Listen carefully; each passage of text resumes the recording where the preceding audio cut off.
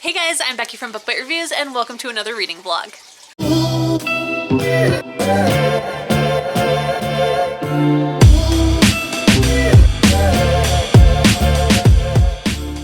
As you can tell from the title, this is a special spoiler-filled reading vlog for Throne of Glass by Sarah J Maas. This is a reread for me. I've decided to go ahead and reread the first one because it's been about almost a year since I read it for the first time, and I want to just make sure that I'm like fully in the story and understand what's going on as I move on. I will be creating spoiler-filled vlogs for all the other books in this series as long as I keep reading them all, which I'm sure I will. I'm sure I'm going to love them and want to read all of them. I own them all in hardcover, including The Assassin's Blade, and I was going to read that one first and read it in like series order, but I've decided to read it in kind of like publishing order / recommended order, which means to read books 1 through 3, then read Assassin's Blade, read book 4, read 5 and 6 at the exact same time, and then read 7.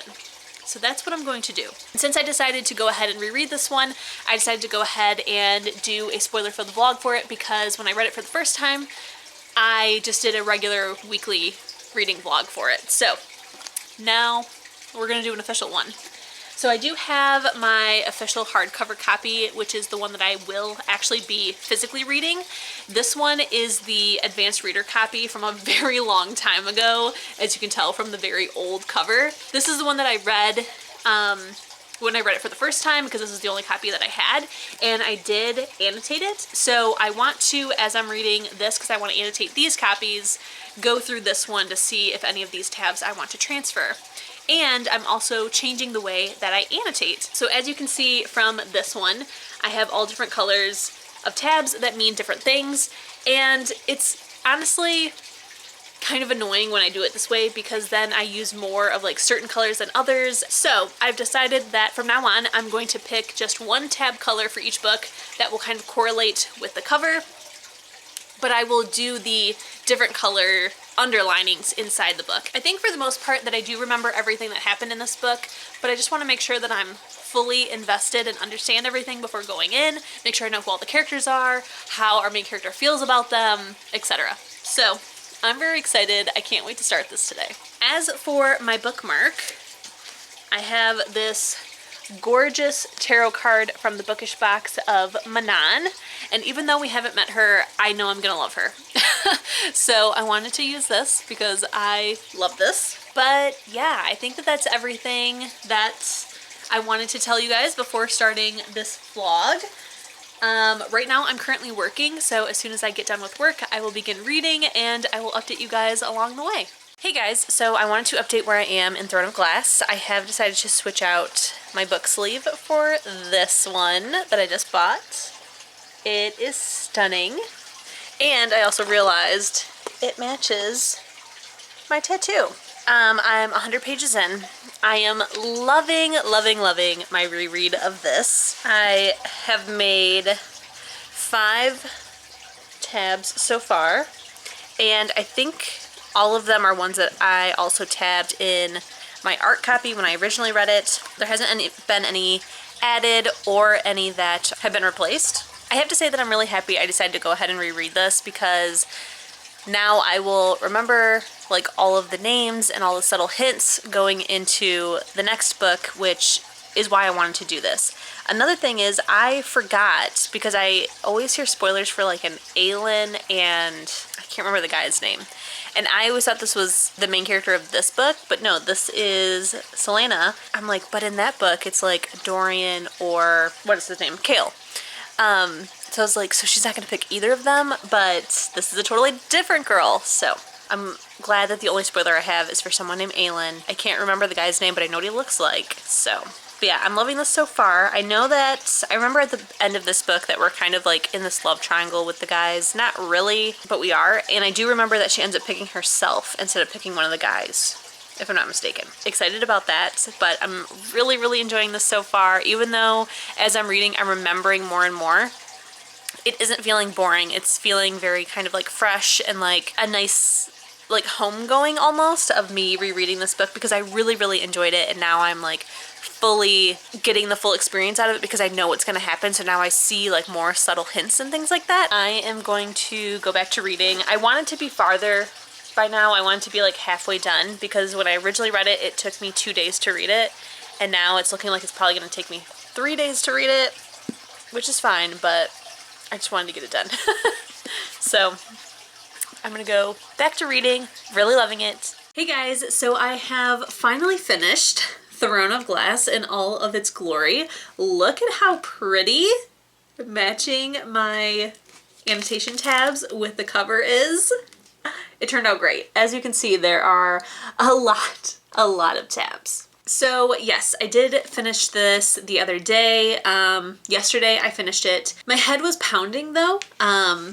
Really, really bad headache day. So I didn't want to come on and vlog, and I also know that this was supposed to be a spoiler-filled vlog, which is honestly a lot harder than I thought it was going to be with a book that I've already read. I didn't have a lot of moments of like reactionary moments, which is what I usually use to indicate when I should turn my camera back on and vlog when I'm doing a spoiler-filled one, to kind of like document my thoughts as I'm going on. However, since I knew everything that was going to happen, I never got those instincts to turn it on. So I wanted to kind of go through some of my tabs with you guys because that's the best way to kind of explain how I felt about this book and be spoilery. So let's go ahead and get into it. So the first one I want to talk about is when Celaena is talking to, I believe it's Chaol. Yeah. And she's telling him about how when she was 12, how she learned to use a sword with her left hand while with Arobynn. First of all, her entire childhood is extremely traumatic.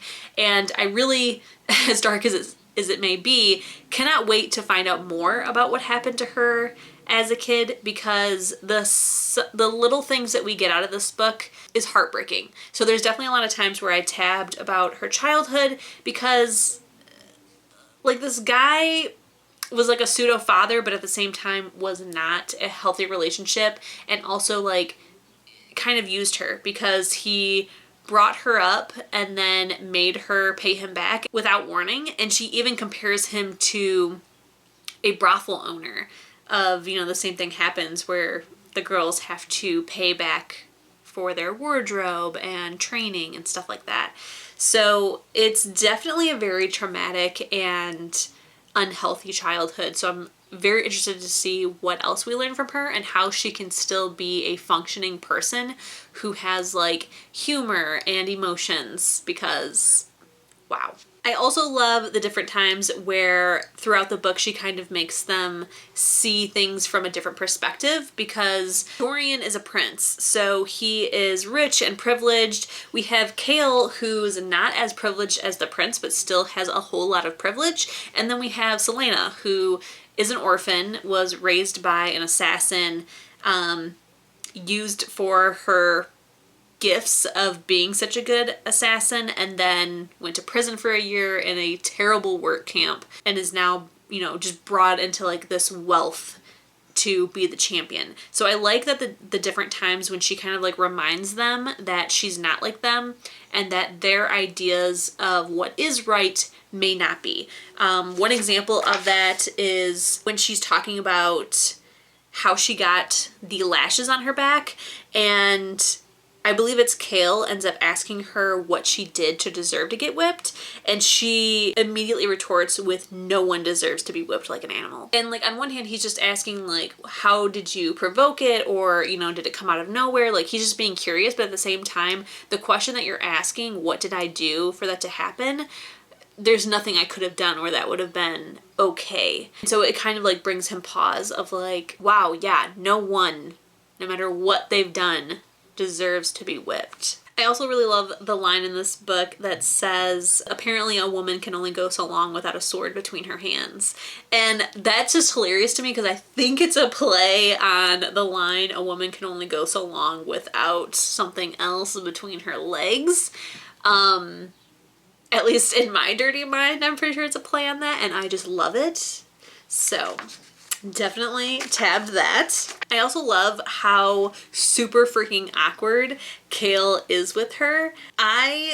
This is what I want to know from you guys. Are you guys Team Kale or are you Team Dorian? I know that at the end of this, it's Team Celaena. I mean, everyone is Team Celaena no matter what. But if you were going to pick, and I wonder if she will even pick between these two later on, whose team are you on? Because while I think Dorian is very cute, he's rich, he's super nice, I definitely think that he has the softer side that he keeps hidden away because of who he is. I am not Team Dorian. I'm definitely Team Kale. I think that he understands Celaena a lot more.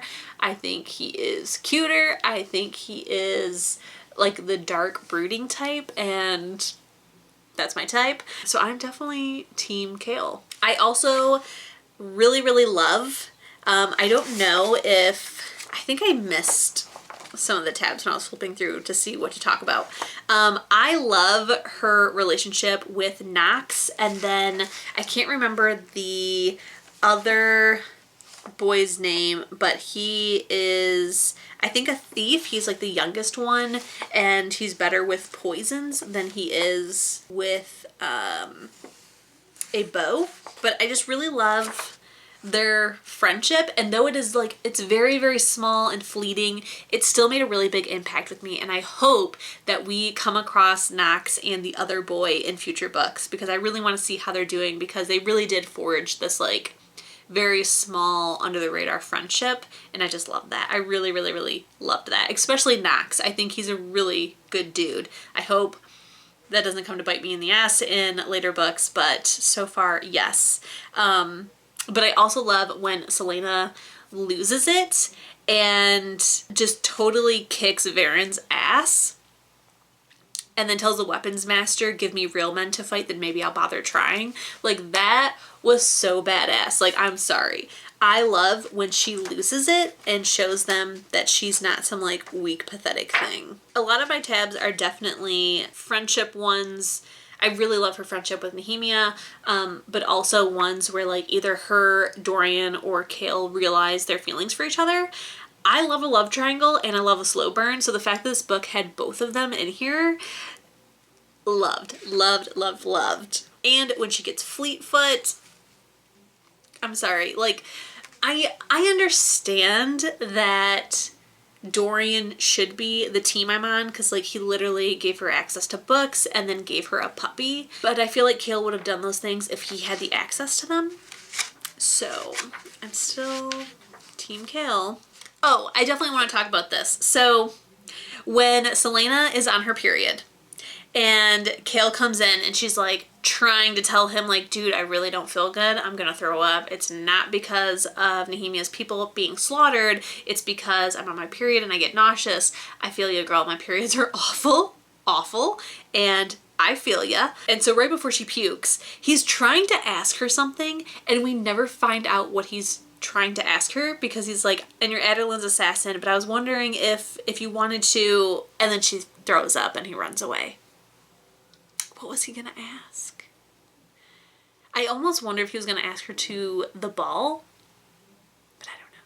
I will say that for Dorian, I love their banter between each other. I love how much he teases her and how she kind of like pits them against each other, because she kind of knows, or I guess senses, or maybe she's just doing it all in jest until she realizes that she kind of like pits them against each other and makes them jealous. Like when she's reading that romance novel and Dorian makes fun of her and she's like, I asked Kale to read it, but he refused, of course. And so he's like, well then I'll read it. You know, like I love that. Plus two, there is that line with Kale where he says, when it's at the masquerade ball and there is that, courtier named Otho who asks if she belongs to him or to the prince, and he's like, she belongs to no one besides herself. Like, yes, that is right. She doesn't belong to literally anybody.